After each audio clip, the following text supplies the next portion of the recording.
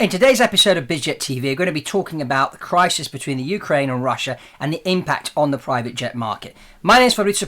Welcome to this episode of BizJet TV. Let's get straight into it. So, now, first of all, war is never a good thing, and it's sad to see this happening. But we need to sort of look at the geopolitical impact on business in general and what's happening. Now, I was talking to a friend of mine the other day about this whole Ukraine-Russia thing, and he spent over 12 years in the US Navy.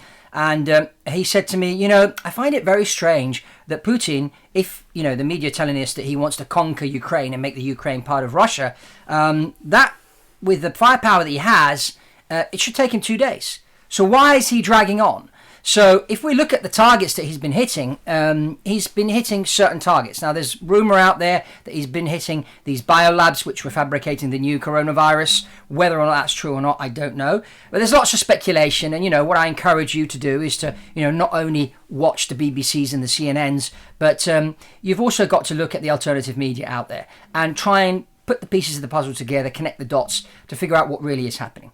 Now, we have seen that this has had an impact on the price of oil.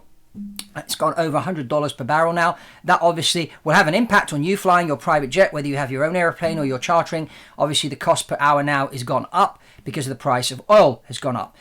Is that price going to continue going up? We'll see. Is this war going to be over in a few weeks? Maybe, hopefully. But a lot of countries have put sanctions on Russia. And if we look at the private jet industry, there are 22,000 private jets out there. About 400 of these airplanes are linked in some shape or form to some type of Russian ownership. Now, there are some charter companies out there that heavily depend on the Russian ownership of their fleet in order to operate. Now, these obviously won't be able to operate. A lot of these airplanes have been refused, flight plans and things like that, so they can't actually fly. So now people are thinking, well, inventory is really low, which is true. There aren't many jets on the market right now. Those are on the market are going. The prices are going up. Airplanes that were, going for $18 million in December now going for $20 million, and people are paying that money because of the coronavirus and everything that happened. People want to travel, and as I've always said, there's 540,000 people in the world that are worth over $30 million, and only 18,000 own a jet. But a lot of the others now have woken up to the fact that I don't want to travel commercial anymore. I want my own private jet, and so the market's been moving. So a lot of people are thinking, well, these 400 jets owned by the Russians, because they can't use their aircraft, they're going to flood the market. So prices are going to come down. Well, guess what? They're not going to flood the market because of sanctions. So you're not actually allowed to go and buy an airplane from a Russian owner. Or if you do, you've got to be very, very careful. And I suggest not to go down that route. So these airplanes are basically going to be parked. So that's not going to have an impact. It's going to have an impact, though, on those charter companies that own that have 20 aircraft, and the 20 aircraft or 30 or 50, there's one charter company out there that's got about 80 aircraft. And the money that's gone in there investment-wise is money from Russia. So I should imagine that company will, have to stop operations.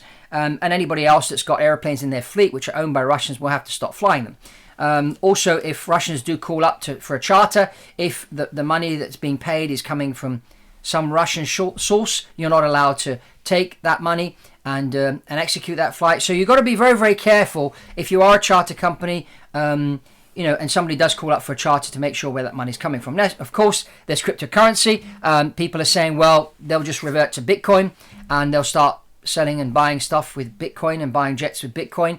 That's a possibility, but you also have to see the legal side of the deal and how that's done, because even if you do buy an airplane with Bitcoin, you still have to do the legal contract, and the legal contract will say who the owner is, and even if it's an offshore entity, and that the various agencies around the world are tracking those transactions. So what's the overall impact? I would say we're probably going to have these 400 airplanes parked. The impact on the guy in Oklahoma City operating his CJ2 to New York is the fact that oil is going to be more expensive. I honestly don't understand why the US government have adopted this policy of not drilling in their own country. If I had a load of oil in my back garden, I'd be using my own oil before I go and buy it at a premium from somebody else.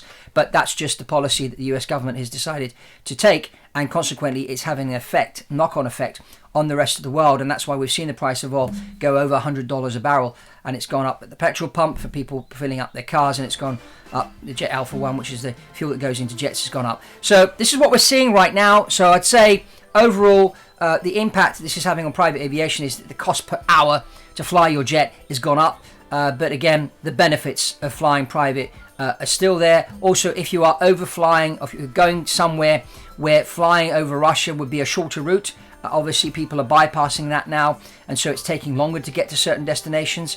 But during COVID, I think a lot of people have discovered that you can do a lot of business via Zoom or Skype or whatever or Microsoft Teams, whatever video conferencing system you use. And so a lot of that's going on. But I still think the benefits of private jet are still out there.